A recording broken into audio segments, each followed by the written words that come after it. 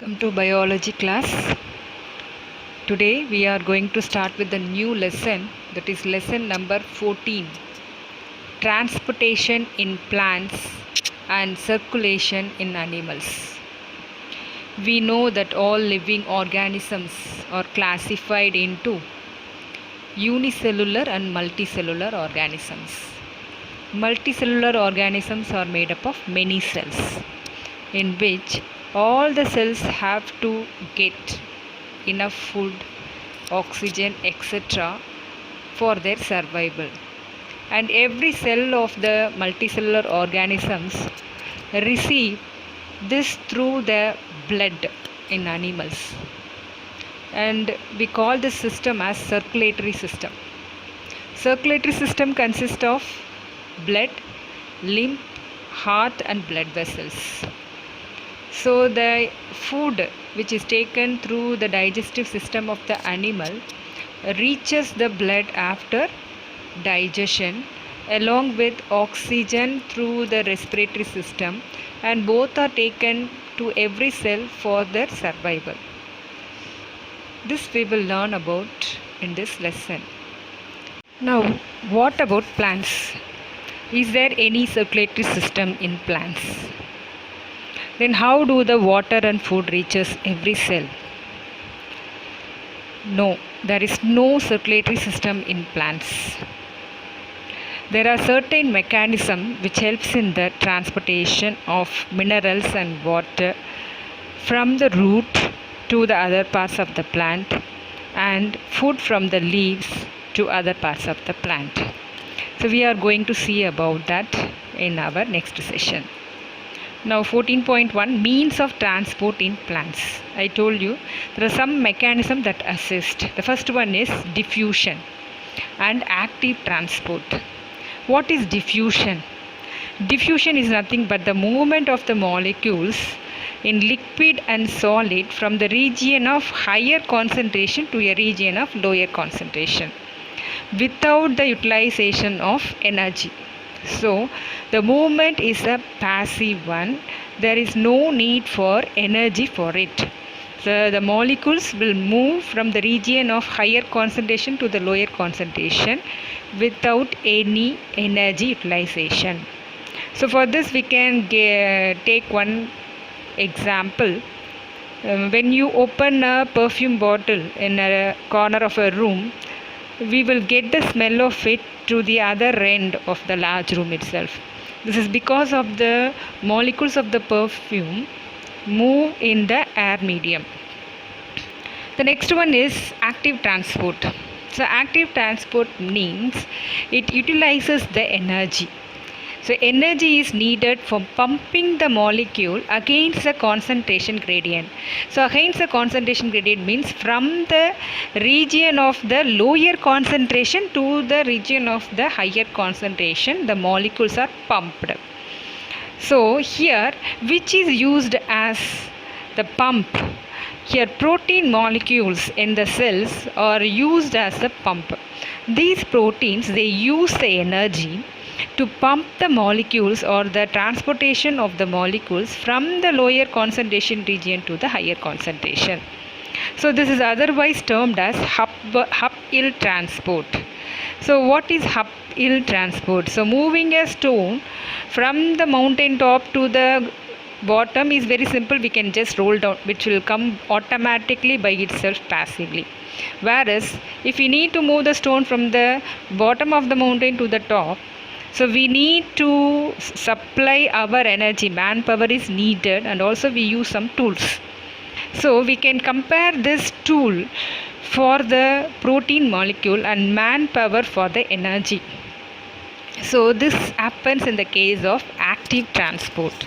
So proteins are the pumps which utilizes energy to pump the molecules against the concentration gradient. So through this type also the molecules or the transportation in plants take place. Now the third means of transport is called osmosis. So you may be very familiar about osmosis, reverse osmosis. Now what is osmosis? Osmosis is the movement of the solvent. So solvent molecule, you know what is a solution? Solution consists of solvent and solute.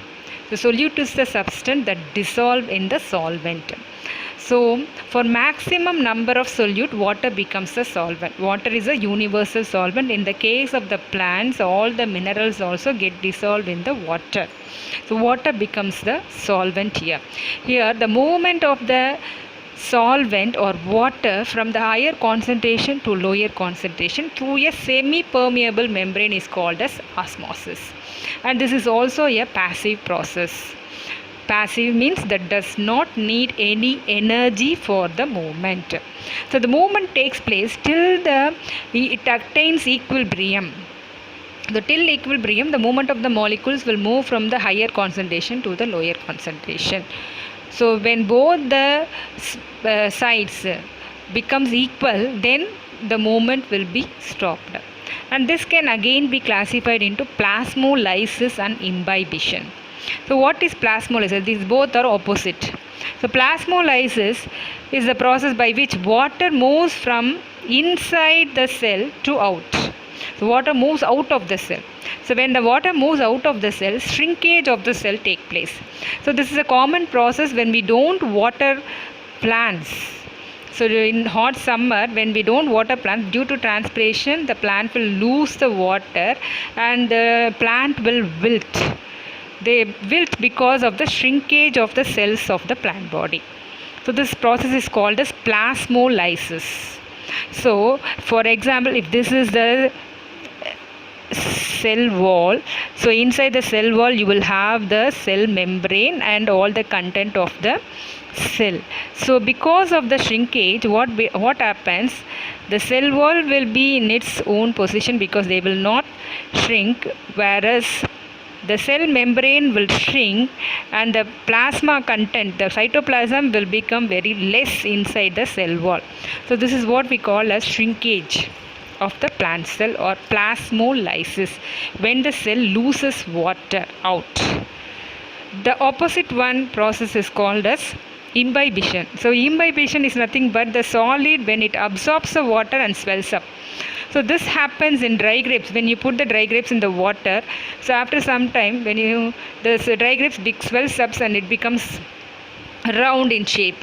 This is because of the absorption of the water by the cells of the dry grapes. So example for this seedling, so seeds emerge out. Seedlings will come out of the seeds. When it absorbs the water from the soil, then only the seedling can emerge out from the seed. So it's a very important, because imbibition, unless the seed absorbs the water and swells up, the cells loosen, the seedling cannot emerge out from the seed. So to understand the osmosis process, there is an experiment. So there is an instrument called thistle funnel. It's a glass object. The thistle funnel will have a long stem and a bulb-like structure, and this is the mouth of it. So you have to cover the mouth of the thistle funnel with a semi-permeable membrane.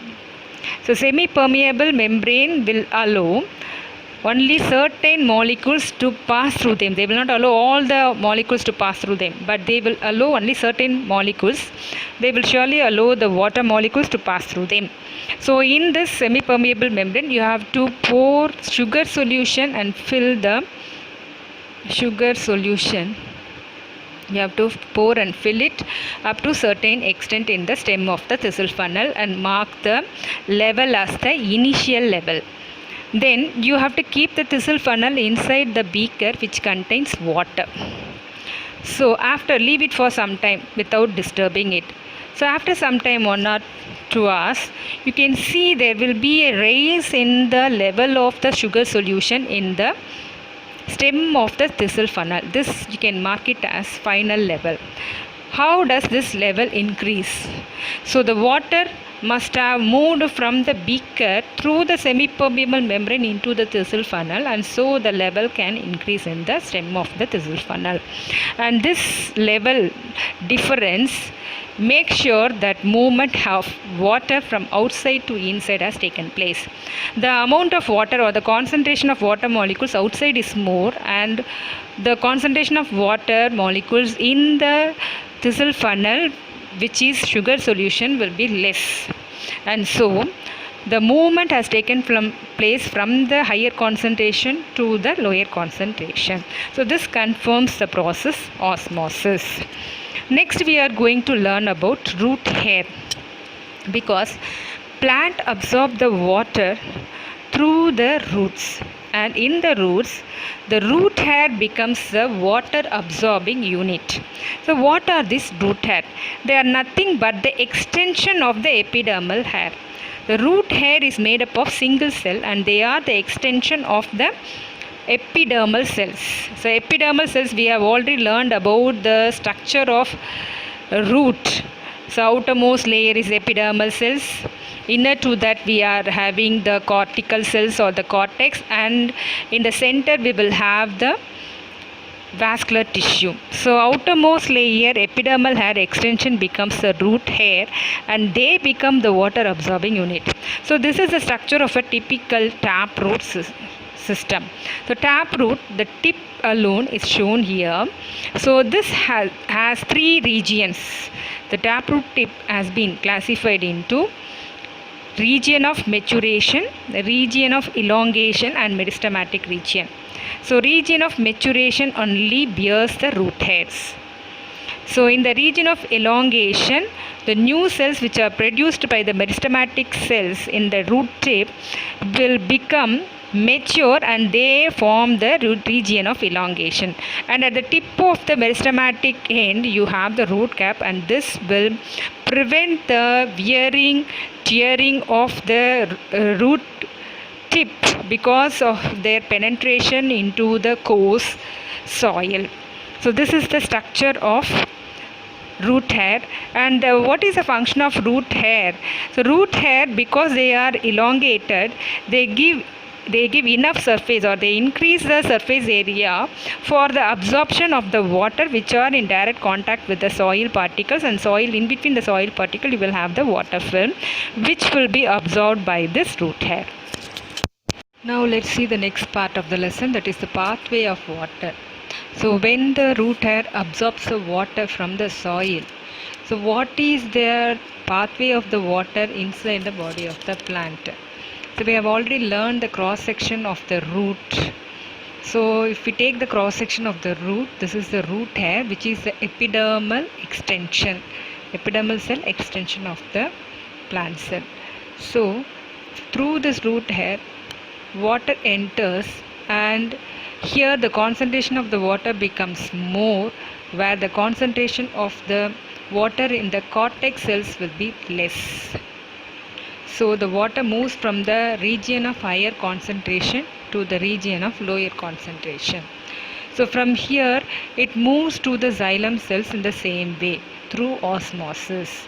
That is the movement of the water molecules from the region of the higher concentration to the region of the lower concentration, which is a passive way which does not need any utilization of the energy. So this is the pathway of water normally, and this can also be classified into two, that is apoplast and symplast. What do you mean by apoplast? So apoplast means the water moves through the intercellular space of the plant body. So what are intercellular space? The space in between the cells. The water molecules will not enter into the cell, into the cytosol or the cytoplasm of the cell. Instead, they will pass on through the intercellular space of the cells. In between the cell space is called as intercellular space. It moves through the intercellular space without coming across any cell membrane, and this movement depends on only gradient, that means concentration different. So the water moves from the region of higher concentration to the lower concentration, whereas in the second type of movement, that is called symplast, in symplast water moves through the cell membrane. That means the water enters into the cell or cytoplasm of the cell. It will cross the cell membrane and membrane of the vacuole and many other cellular molecules inside the cell, and it moves through the cell. This is called a symplast. So these are the two types of pathway of water in the plant body. So next we come to the transpiration. The transpiration also helps in the absorption of water from the root to the other parts, that is up to the leaves or the tree tip of the plant. So here, what is transpiration? Let us see first. Transpiration is nothing but the evaporation of water through the stomata. We have already learned in 9th standard. So how does it take place? It takes place more in the daytime than the night time. So daytime, because of the sunlight, so the evaporation of water take place more efficiently. So what happens daytime? So daytime the stoma is open. How do the stomata open? The guard cell become turgid. So what do you mean by turgid? So it gets more amount of water from the surrounding mesophyll cell. So we know, we have learned already the cross section of the leaves. So cross section of the leaves, we see outermost epidermis on both the side, upper and the lower epidermis, and stomata is present in the lower epidermis. Inside the in epidermal layer we have the mesophyll cells. So from the mesophyll cells will get the water from the xylem. So from the mesophyll cells will move into the water, moves into the guard cell, and it becomes turgid. So when the guard cell become turgid, so there is contraction of the inner membrane of the guard cells. Because of that, the stroma will be opening. So daytime the stroma is kept open when the guard cell become turgid. During night time the stroma closes. How does it closes? The guard cell lose the water, so because of which the stoma closes. So when the guard cell loses the water, the stoma will close, and so the transpiration will be controlled or stopped. So this is what is the changes that happens in the stomata during day and night to facilitate the transpiration during the daytime. So what do you mean by transpiration pull? So when the transpiration takes place, the water is lost from the leaves and it creates a pull for more water from the xylem. So we know the outermost layer epidermis will possess the stomata through which the water evaporates. When the water is lost through the guard cell, the concentration of water is very less in the guard cell than the mesophyll cells. So water moves from the mesophyll cells to the guard cells. Similarly, when the mesophyll cell loses the water, it will get the water from the xylem vessels, which is very next to the mesophyll cell. So like this, the water lost through the leaf surface will create a pull for more water from the xylem to the mesophyll cells, and this pull of the water extends up to the root. So xylem extends from the root to the tip of the leaf, and this pull of the water will extend up to the root of the plant, and this is called as transpiration pull. See the next the factors that are affecting the transpiration. So transpiration pull creates a pressure, and so the water from the soil is absorbed by the root hair and it is taken up by the pull that is created in the leaf. So there are many factors that affect, and they are classified into external and internal factors. So external factors, namely temperature, humidity, light, wind. So when there is an increase in the temperature, light and wind, there will be an increase in the transpiration. Whereas when there is an increase in the humidity of the atmospheric air, there will be a decrease in the transpiration. So internal factors are nothing but number and distribution of the stomata, where they are located, as well as the percentage of the stomata that are open, and also the water status of the plant. When there is more water in the plant, the more transpiration takes place. And canopy, where the plant is located in the geographical area. So these are the factors that are affecting the transpiration. Now let us see the importance of transpiration. So why do the transpiration take place? So transpiration is very, very important because it only creates a transpiration pull that sucks the water from the soil to the different parts of the plant. So only when the water is transported, the plants can prepare the food to photosynthesis. Water is supplied to each and every cell, and also along with water, transport of minerals also takes place. So transport of water takes place, water is utilized for photosynthesis, and transport of minerals also takes place. Minerals are very much essential for the proper physiological activity of the plant body, and also it cools the surface of the leaf. So plants are very much exposed to the sunlight, hot sun, and due to hot sun, even when we go in the hot sun, our body will be tanned. So these leaves which are always exposed directly to the direct sunlight, the oxidation of the cell will take place and the leaves may dry and die. So to prevent this, the transpiration makes the surface of the leaves cool, so that the leaves are protected. So it cools the leaf surface. The transpiration cools the leaf surface and keep the cell turgid. So cells must be kept turgid, must be kept in shape for all the physiological metabolism to take place, and also the shape of the plant is maintained because of the transpiration. Next we shall learn root pressure. So minerals are taken from the soil and it moves along with water. So minerals are taken in the forms of ions, and they get into the plant cell in the root hair actively. So when they get in along with the water. So this water moves along inside the plant body, and this increases the pressure in the xylem, and this pressure is called as root pressure. So this root pressure is only responsible for pushing the water from the soil into the plant body to a smaller height. So next we shall see the mineral uptake. So no mineral can be absorbed passively. So all the minerals can be absorbed only actively. What do you mean by active absorption?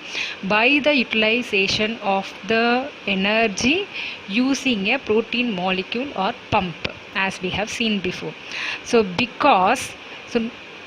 of the two reasons. What are the two reasons why the minerals cannot be taken passively?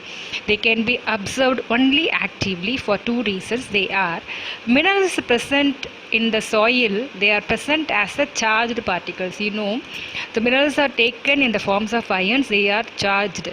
They are positively charged or negatively charged particles. Because of this reason, they cannot be taken passively. And the next reason is that concentration of the minerals will be less in the soil than the root cell of the plant, and so the movement can be passively take place only when the concentration is more outside and less in the plant body. But here the concentration of mineral will be very less in the soil when compared to the root cell, and so therefore absorption can be only active absorption, which needs energy in the form of ATP molecules, and this also is facilitated by the transpiration pull. So this is how the minerals are taken into the plant body. Next we shall see the translocation of minerals. So minerals that are initially absorbed by the roots, they go and settle in the plant parts where they will perform their physiological activity. And from there, so in some plants they are remobilized, they are again translocated from their initial position. So in case of deciduous plants, so this happens. What are deciduous plants? The deciduous plants are the plants that will shed their leaves during autumn season to check the transpiration and to face the shortage of water. So during that time, what happens? The minerals that are settled in the leaves will be pushed to the younger leaves, so that the minerals need not be lost by the dying and withering leaves. So this is called as remobilization of minerals. So there are certain minerals that can be remobilized and there are certain minerals that cannot be remobilized. Minerals like phosphorus, sulfur, nitrogen and potassium can be mobilized, whereas calcium cannot be remobilized. Next we shall see the phloem transport. So what has happened in the phloem? So far we have seen about the xylem. So xylem, they are very much involved in the transportation of water and minerals. Now what does the phloem do? So phloem will help in the translocation of food. So food is prepared in the leaves and they must be transported to the other organs and the organ of storage, so where they can be stored. So this is taking place by the phloem elements. The phloem elements through the sieve tubes and the sieve plates. So first here the starch must be converted into sucrose, because starch is insoluble and it must be converted into soluble form sucrose, and sucrose then they just dissolve in the water, and along with the water the sucrose is taken from the source to sink. What do you mean by source? Source is the place where they are produced. Food is produced, synthesized in the leaves, so leaves becomes the source, and sink is the other organs of the plant or the storage organs. So sucrose is translocated by the phloem, sieve tubes and sieve plates from source to sink. So source and sinks are variable. So in the plant body sometimes the function may be differing. That means from the leaves they are translocated to the other parts, and sometimes according to the need of the plant, according to the time, season, as well as the shortcoming which are faced by the plants, the source of the food can be translocated from the sink to the other regions also. So source and sink can be variable. The leaves need not be always the source and the storage organs need not be always the sink. So this can be variable, and so the direction of the movement also varies. So the movement of the food take place from the sink to source also, that also varies. And so the phloem transport is bidirectional, whereas the transportation in the xylem is unidirectional, which is always from the root hair to the other parts of the plant. Next we have to learn the translocation of sugars. So sugars are nothing but the starch that is prepared during photosynthesis. They are prepared in the plant cell, plant leaf mesophyll cells, and this starch is first converted into sugar. So along with little amount of water, it will move to the companion cell, and from the companion cell they are taken to the phloem sieve tubes, which are living cell. So in the phloem sieve tube cell, the solution, the sucrose solution is hypertonic. What do you mean by hypertonic? When the amount of the solute concentration is more in the solution than the solvent, we call the solution as hypertonic. That means the amount of water will be less than the solute. Water is solvent, because of which water from the nearby xylem, by the process of osmosis, will move from xylem to the phloem to make it isotonic. So because of the movement of the water from the xylem to the phloem sap moves to the lower pressure area. Because of the osmotic pressure, water moves, and because of the movement of the water, the pressure in the phloem will be increased, and so the phloem sap will move from the higher concentration to the lower pressure area, so where the sucrose will be utilized. So here the sugar will be utilized by the cells. So when the sugar is utilized, so again the water alone will be left over without sugar, and so it becomes hypotonic, and so osmotic pressure is decreased. When the osmotic pressure is decreased in the cells, then water will move from the phloem to the xylem. So this is what is happening. Are you all able to understand? I repeat. So first the starch will be converted into sugar, dissolvable form, and sugar with little amount of water will move to the phloem cells, phloem sieve tube from the companion cells, where it is hypertonic. So hypertonic means more amount of sucrose than water. So water from the nearby xylem, the xylem and phloem will be very near. So you have already learned the anatomy. So water from the xylem moves to the phloem cells to make it isotonic. So because of the movement of the water, so the plant sap becomes, the phloem sap increased, and from the higher region it moves to the lower pressure area. So where this will be, the sucrose will be utilized by the cells. When sucrose is utilized, again in the cell the osmotic pressure will be decreased, because the solute concentration is lessened. So since the osmotic pressure is decreased, so automatically water from the phloem cells will move on to the xylem cells. Now we shall learn ascent of sap. What is ascent of sap? The upward movement of the sap or water and minerals from the root to other parts of the plant is called ascent of sap. And this is effected in the plants by many factors. So what are the factors that influence the ascent of sap? The first one is that root pressure. So root pressure is happening inside the body of the plant, by which the water from the root is taken up to the heights of the plants, from the base of the stem to the top of the plant. The second one is that capillary action. So capillary action you can understand by taking a glass of water and keeping a straw in it. So when you keep the straw in it, you can see the water from the glass will enter into the straw, and you can see here the level of the water inside the straw, it will be little higher than the level of the water in the glass or the container. So this is because of the atmospheric pressure which acts upon the surface of the water, that helps to enter, makes the water to enter into the straw, and it is taken up to a higher height than the level of the water in the container or the glass tumbler. So this is the physical force. So this physical force which will help in the absorption of the water in the plants also. This helps to take up the water up to certain height in the plant body. The next factor is that adhesion and cohesion of water. So what is this adhesion and cohesion? So the term itself tells you that it is the force of attraction between the molecules.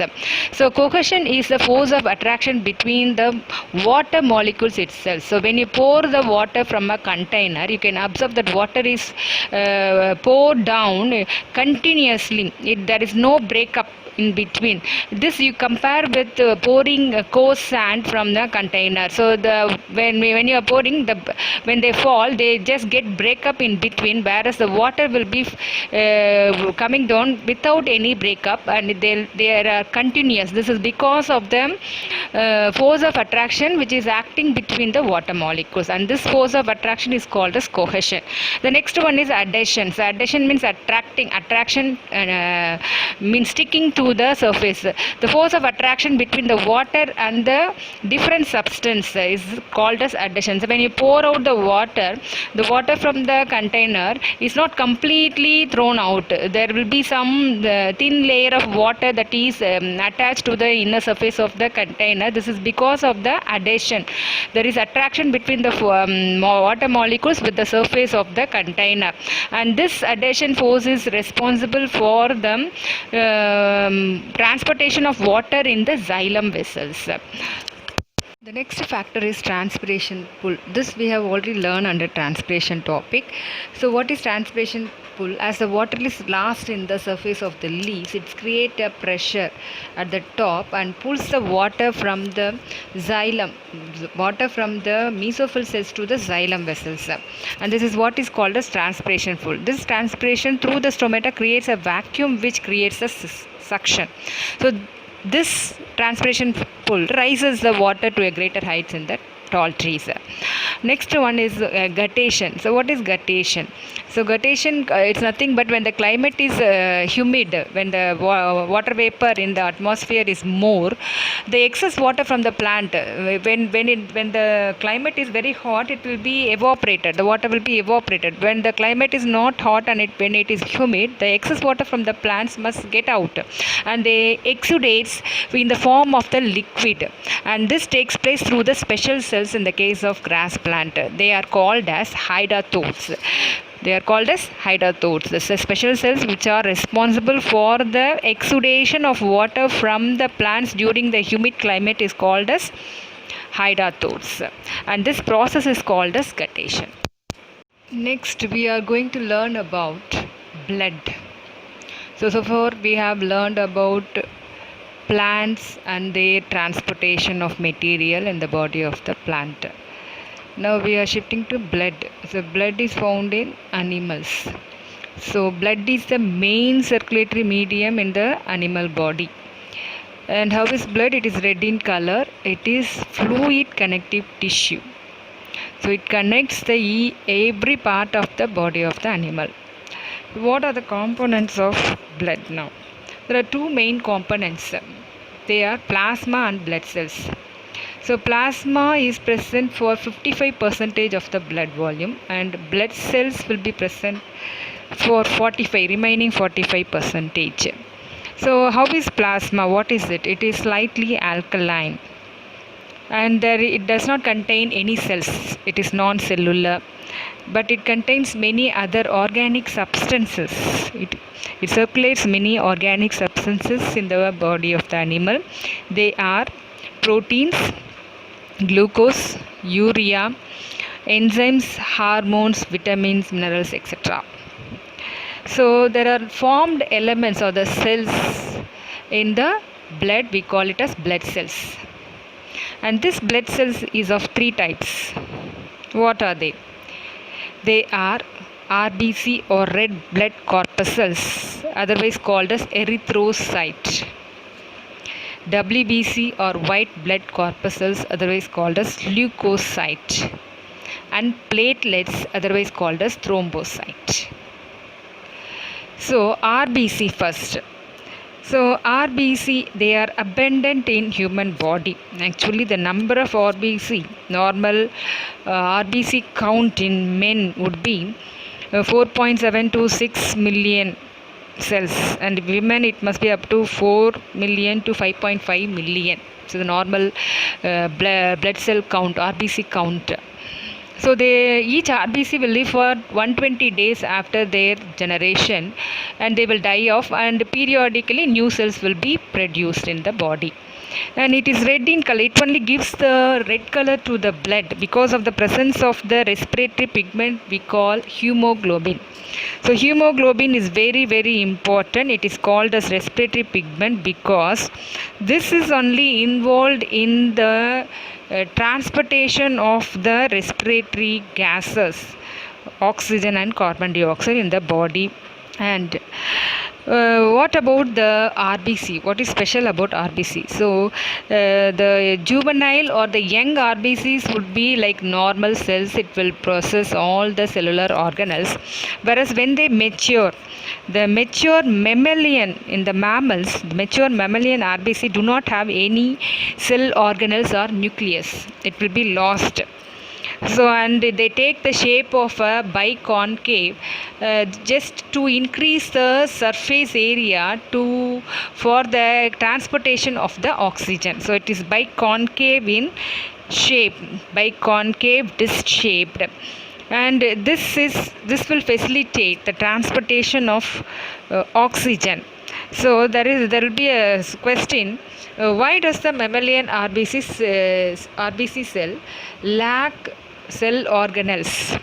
This is because to make enough surface in the cell to carry the oxygen, to increase the surface area for the binding of the oxygen molecules. Because when the mitochondria is there, mitochondria will be involved in the oxidation of food, and oxidation will take place in the mitochondria, and so mitochondria also will be lost in the mature mammalian RBC. Similarly, all the other organelles, even endoplasmic reticulum will be lost. This is to enhance the flexibility of the RBC. When the endoplasmic reticulum is lost, it will make the RBC more flexible to get through the smaller blood vessels of our body. And when mitochondria is large, it will facilitate the loss of oxygen in the cell itself. The cell will not consume the oxygen. Instead, it will carry the oxygen to the different living cells. So this is about the RBC. Next, we shall shift to WBC. WBC can be classified into granulocytes and agranulocytes because of the fine granules which are present. If they are present, they are called as granulocyte. If they are absent, they are called as agranulocyte. So granulocyte can be again classified into three. They are neutrophil, eosinophil and basophil. Let us see about the granulocyte first. So what are neutrophils? So neutrophils are large size. Our WBC possess all the cell organelles as well as nucleus. Based on the nucleus shape only they are classified here. So they will have 2 to 7 lobed nucleus in the cell, and the number of neutrophil will be 60 to 65% of the total leukocyte of the body. So they will be more in number, and they are involved. They will help in to fight against the infection, and if there is any inflammation because of the injury, they will help to get the body recover from that. So the number will be increased during the infection and inflammation time. So next one is called as eosinophil. So eosinophil is bilobed. So bilobed means 2 lobes, and they are present just for 2 to 3% of the total leukocyte, and their number will be increased during allergy, parasitic infection, etc. in our body. The next type of granulocyte is called as basophil, and they are basophils have lobed nucleus, and they form just 0.5 to 1% of the total leukocyte. And these basophil, they will release certain chemicals to make the body recover from any sort of inflammation because of any injury, etc. Then coming to the agranulocyte. So agranulocytes, there are 2 types of cells. They are lymphocyte and monocyte. So lymphocyte, they are just 20 to 25%. They are just 20 to 25% of total leukocyte, and they produce antibodies. So antibodies will fight against the bacteria and the viral infection. So this we can relate for even the coronavirus infection also. Antibodies will be produced by the lymphocyte. Lymphocyte, they will be also classified. They will be differentiated into T lymphocyte, B lymphocyte, etc. to produce antibodies to fight against the bacteria and viral infection. The next one is called as monocytes. They are really large leukocyte, and they will be present up to 5 to 6% of the total leukocyte, and they are helpful for the phagocytic activity. Phagocytic means cell eating. They will just engulf the bacteria, and they will digest it, and they will kill the bacteria. So this is what is called phagocytic action. So phagocytic action is carried out by the monocyte in the body of the animal. Then we are having the third type of blood cells, that is called as platelets or the thrombocytes.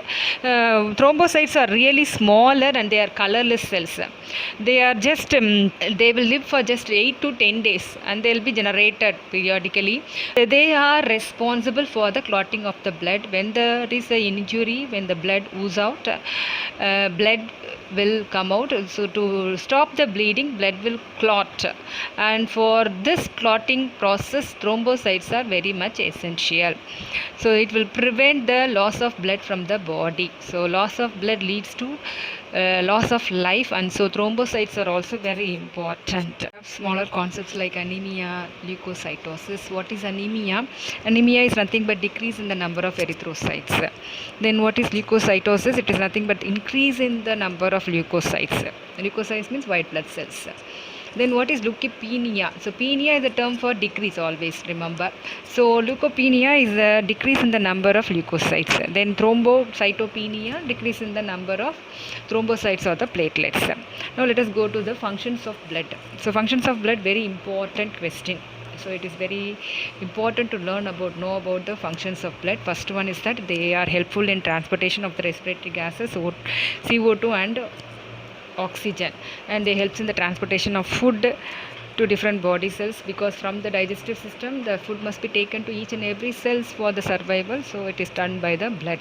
Then transportation of hormones, hormones are secreted by the endocrine glands and they must be taken to the target organ where they have to perform their physiological activity, and this is done by the blood. The next one is the transportation of nitrogenous waste like urea, ammonia, uric acid in the body of the animals are produced in different sites in all the cells, and they must be carried to the excretory organs for their excretion, and this is done by the blood. Then blood also helps in the protection of the body and act as a defense mechanism. We have just learned about the WBC, how do they protect our body as defense mechanism. Then next, it is also helpful, it is helping as acting as a buffer. So buffer means to regulate the pH. So blood should not be more acidic. If it is acidic also, it will erode the walls of the blood vessel, as well it should not become more alkaline. So the pH of the blood, that is 7.4, is maintained, and the temperature is also maintained. Temperature of the body is also maintained by the blood. Then the seventh function is that they helps to maintain the proper water balance of the body. So how much of water must be pertained in the body and how much should be eliminated, and all these are done by the blood, by the action of the kidney.